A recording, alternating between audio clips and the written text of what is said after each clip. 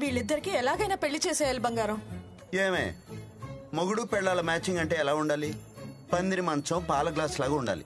వాళ్ళిద్దరికి పొసగదే నా మాట. నువ్వెన్నైనా చెప్పు, వాళ్ళిద్దరిది శివపార్వతుల జాతకం. పెళ్ళైతే 100 ఏళ్లు హ్యాపీగా ఉంటారని పంతులు గారు చెప్పారు. చిన్నప్పుడే వాళ్ళ పెళ్లి గురించి రమేష్ తో మాట్లాడాను. అదే కనుక నేను బ్రతికి ఉంటే వాడి దగ్గరకి వెళ్ళి కూర్చుని, ఒరే రమేష్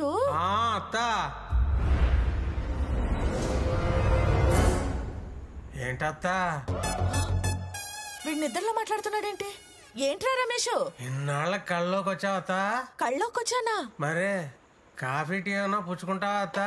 ఈడేంటే ఏదో మర్యాదలు ఈడును కల్లో కొత్త ఇంటికి వచ్చినంత ఓవరాక్షన్ చేస్తున్నాడు. ఒరే రమేష్, నీ కూతుర్ని నా మనవడికిచ్చి పెళ్లి చేయాలరా. నువ్వు అడిగితే నేను కాదనగలనా అత్తా? కానీ అత్తా ఏంట్రా ఆడచ్చం మావేలాగా బోకులా తయారాడు అత్తా. ఏదో ఖానా నన్ను మధ్యలోకి లాగుతావేంట్రా? మావయ్య పక్కనే ఉన్నట్టున్నాడు, ఫీల్ అవుద్దని చెప్పత్తా. బార్ ఆయన మాట వదిలేరా. ఒరే రమేష్, ప్లీజ్ రా, నీ కూతుర్ని నా మనవడికిచ్చి పెళ్లి చేయరా. నీకు తెలుసు కదా అత్త, చిన్నప్పటి నుంచి వాళ్ళిద్దరూ ఉప్పు నిప్పుని. ఇప్పుడు అది ఎక్కువైపోయి కొప్పు పట్టుకుని కొట్టుకునేదాకా వచ్చారు. దాని మనసు మారి అది ఒప్పుకుంటే నాకే అభ్యంతరం లేదు.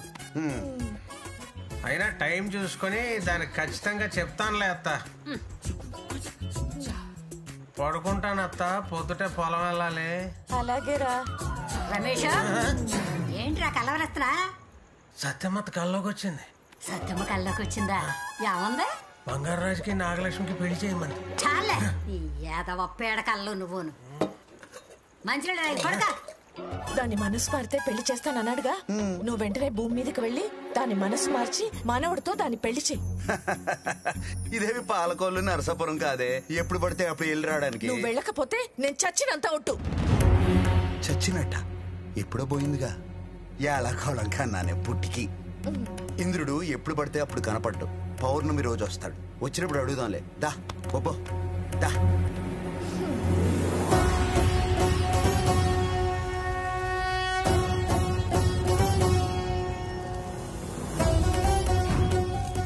యమధర్మరాజుల వారికి ప్రణామములు. తమరి ఆకస్మిక రాకకు కారణం? శివపురం గ్రామంలో ప్రతి 2 పుష్కరాలకి మహారుద్రాభిషేకం జరిగే ముందు ఓ అవరోధం గోచరిస్తుంది. దానిని అధిగమించడానికి శివానుగ్రహం పొందిన ఓ ఆత్మను కిందికి పంపించడం అవశ్యంగా మారింది. దైవ కార్యం నిమిత్తం బంగారాజు ఆత్మని భూమి మీదకి పంపించాల్సిన సమయం. ఆత్మని భూమి మీదకి పంపించటం ఏ ధర్మం? శివాజ్ఞ. శివాజ్ఞ తప్పక పాటిద్దాం. బంగారం, ఇంద్రుడిని ఎలాగైనా ఒప్పించాలి.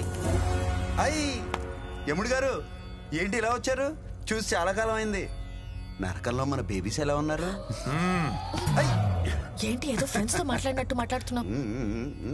స్వామి, దయచేసి ఆయన్ని భూమి మీదకి పంపించండి.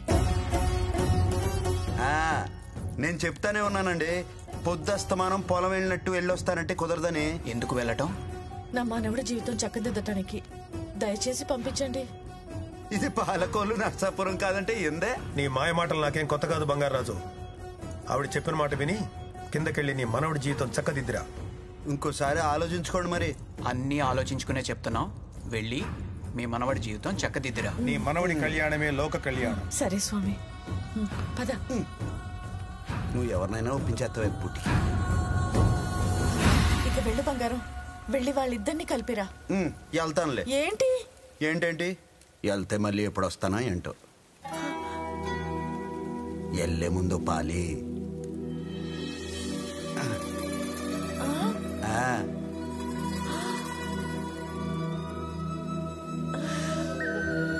అయ్యా పాసివాడి తస్సదియా. నువ్వు సిగ్గుపడుతున్నవుతే నాకెలా ఉంటుందో తెలుసా? ఎలా ఉంటుంది? నెమలేకతో కితకితలెట్టినట్టుంటుంది. కరెంటు జుయ్యలాగేద్దే.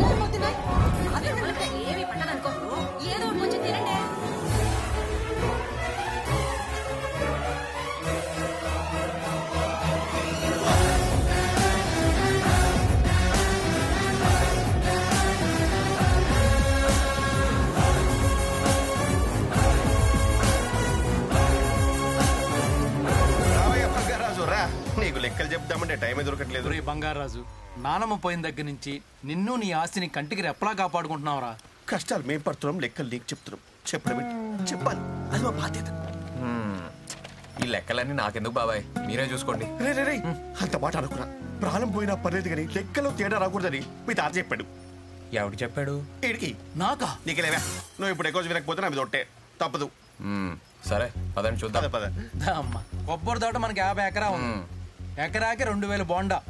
ఎకరానికి 6000 కదా. మొత్తం 1,00,000 బోండం. సో బోండానికి 2 రూపాయలు అంటే 2 లక్షలు. ఇదిగో 2 లక్షలు.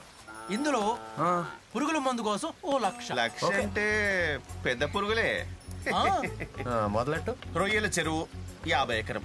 100 కౌంట్ కి చాలా ట్రై చేశాను గానీ అబ్బే కష్టం. అప్పటికే 12 కౌంట్ల వరకు వెయిట్ చేశాను. రేట్ పడిపోయి అయ్యో కేజీ 20 రూపాయలు. 20 రూపాయల? ఓ రకంగా మంచి రేటే. దొంగ పడవ. ఇదిగో ఇది మొత్తము, ఇది ఖర్చు. ఇకపోతే చెరుకు మనకు 100 ఎకరం ఉంది. చెరుకు ఆడి బెల్లం అమ్మితే కిలో 5 రూపాయలు. అయిదా? లాస్ట్ ఇయర్ కంటే బాగా పెంచావు, పెరిగింది. మరి నువ్వు మొదలెట్టు. యాక్టింగ్ రా. పెద్ద తిరగాసుందిరా మీ ఇద్దరిలో. చేపలు 50 ఎకరం. బొచ్చలు 50 రూపాయలు. బొమ్మిడాయలు 20 రూపాయలు. 20 రూపాయల? ఒక్కటి ఇంతుంది మరి. అమ్మో, మా వాడిని మాయ చేసేస్తున్నారుగా. మొత్తం కలిపితే 2 లక్షలు. ఇది ఖర్చు. తాతయ్య, మామిడి పండు తినొచ్చా? పిచ్చా నీకేమైనా? ఏదైనా బంగారం పర్మిషన్ ఇచ్చిన తర్వాత ఇటు ఇటు ఇటు ఇటు కావాలంటే పోయి ఆకులు తిని పట్టుకోండి. పో తాతయ్య, నువ్వు ఎప్పుడు ఇంతే. సో ఈ సంవత్సరం లెక్క సరిపోయింది.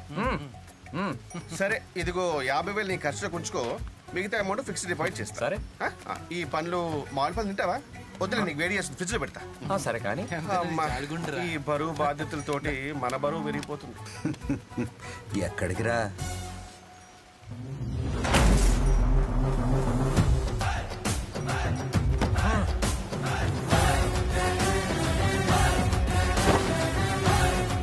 వాసివాడి తస్సదియా. తస్సదియేనా? ఏడు రాత్రి దిగలేదే? దారా బ్రహ్మం. బ్రహ్మమా? ఏదో తేడా కొడుతుంది వెళ్ళు. ముందు నీ లెక్కలు తేలుద్దా. భాష మారిందేంటి?